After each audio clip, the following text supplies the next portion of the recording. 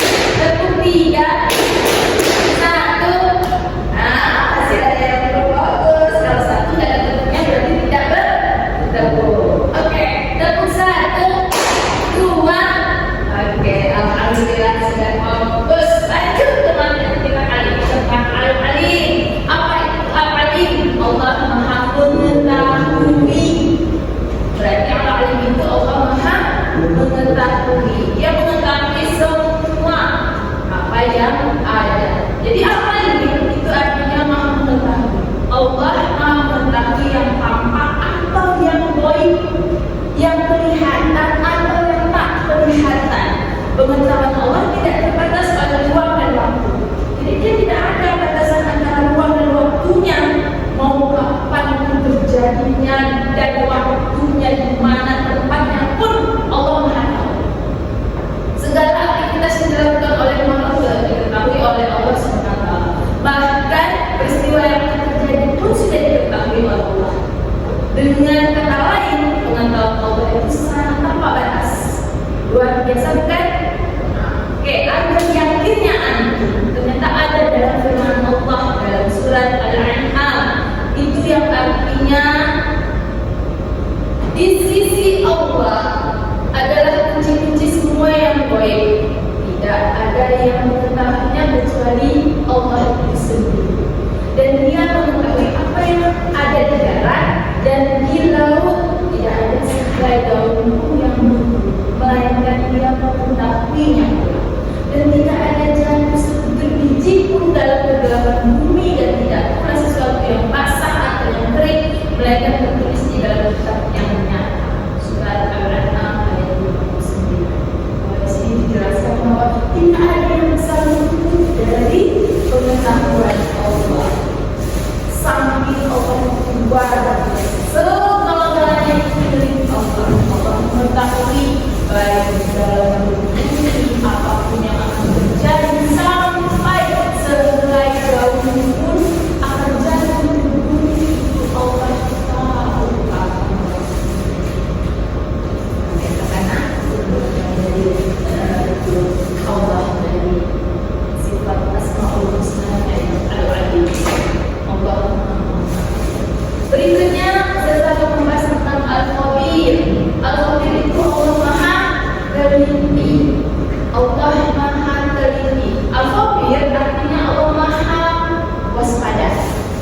Dia mengetahui perkara yang tersembunyi, menciptakan miliaran makhluk dengan berbagai tahuannya. Semuanya diketahui oleh Allah dengan detail penuh kecermatan dan kewaspadaan, baik secara lahir maupun batin. Tidak ada satu penciptaan Allah yang salah sasaran, menandakan bahwa Allah mewaspadai. Jadi tidak ada salah satu pun rezeki itu yang akan terbuka, karena Allah Maha waspada. Tidak ada salah satu pun takdir kita yang tidak sesuai dengan kehendaknya. Itu semua sudah ditetapkan Allah, karena Allah Maha waspada. Dari materi ini, waspadanya Allah itu luar biasa. Jangankan Allah kita, hanya makhluknya pasti ada rasa waspadaan yang melakukan sesuatu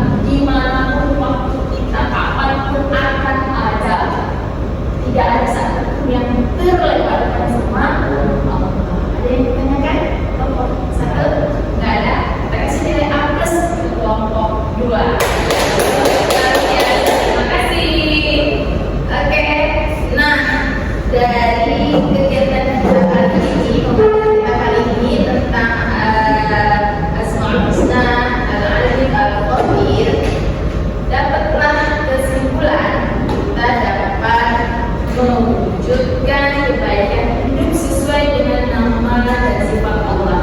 Seorang muslim hendaknya memahami Asmaul Husna karena dalam nama-nama Allah itu terdapat keutamaan-keutamaan yang bermanfaat untuk menjadikan diri lebih baik.